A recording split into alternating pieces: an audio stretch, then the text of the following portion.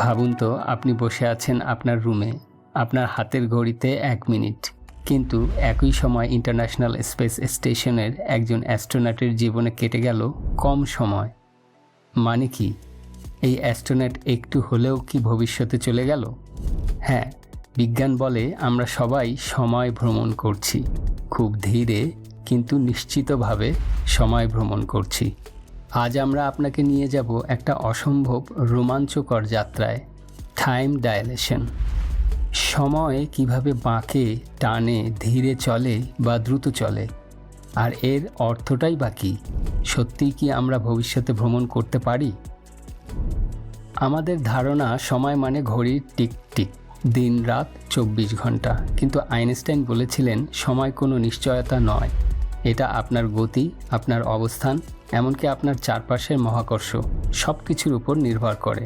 কেমন করে? চলুন গল্প দিয়ে শুরু করি। একদিন আইনস্টাইন ট্রেনে বসে দেখছিলেন, তিনি ভাবছিলেন যদি আলো সর্বোচ্চ গতি নিয়ে চলে আর আমি আলোর গতিতে দৌড়াই, তাহলে কি আলো একটু ধীর দেখাবে? এই একটা প্রশ্ন বদলে দিল মহাবিশ্বের ধারণা। তার ফল স্পেশাল রিলেটিভিটি। গতি বেশি হলে সময় ধীরে চলে।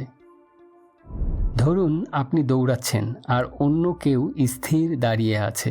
দুজনের ঘড়ি এক, কিন্তু আপনি যত দ্রুত গতিতে চলবেন আপনার সময় তত ধীর হয়ে যাবে।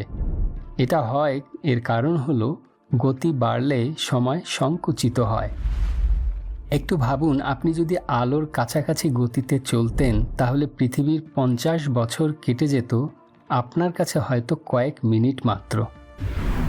ইন্টারন্যাশনাল স্পেস স্টেশনে থাকা অ্যাস্ট্রোনটরা পৃথিবীর থেকে প্রতি সেকেন্ডে 7.66 কিলোমিটার বেশি বেগে ছুটছে।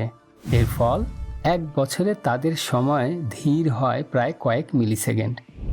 মানে তারা পৃথিবীতে থাকা মানুষের চেয়ে অল্প হলেও ভবিষ্যতে এগিয়ে থাকে। এটা বাস্তব, পরিমাপ করা হয়েছে, পরীক্ষিত। এটাই টাইম ডাইলেশন।